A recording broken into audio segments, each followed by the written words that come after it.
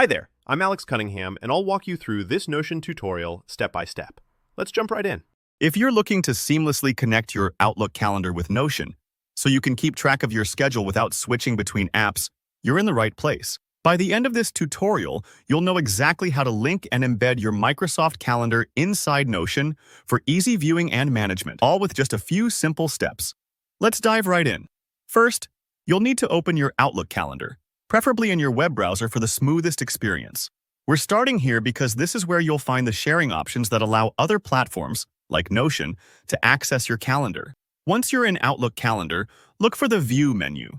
This is usually along the top bar. Click on it, and from here, navigate to Calendar Settings.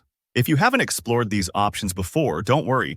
These controls let you tweak how your calendar works, including how you can share it with others or other platforms. Next, within Calendar Settings, you're going to look for Shared Calendars.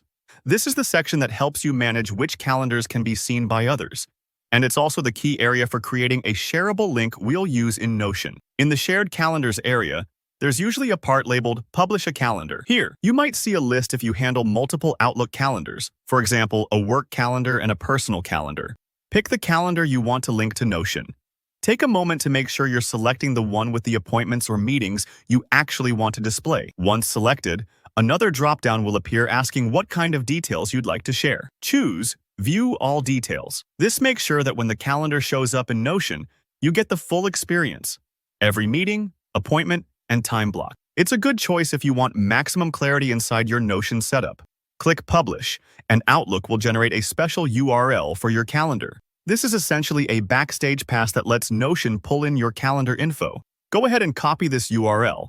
It's usually just a click of a button, but if you're on a mobile device or your browser acts up, you might need to highlight and copy it manually. If you run into any issues, double-check that your calendar is actually set to public or shared, so everything goes smoothly.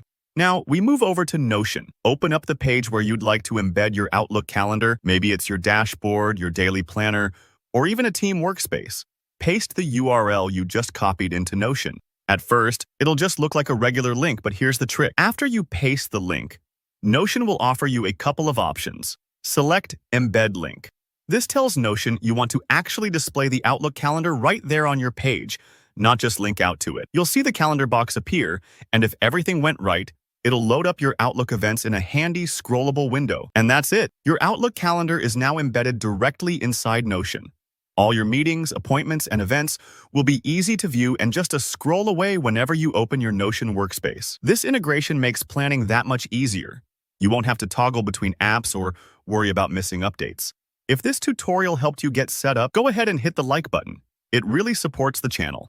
If you ran into any hiccups or have questions about custom calendar settings, drop a comment below. I reply to as many as I can. And of course, don't forget to subscribe for more straightforward, helpful tutorials on streamlining your digital workflow. Thanks for watching, and I'll see you in the next video.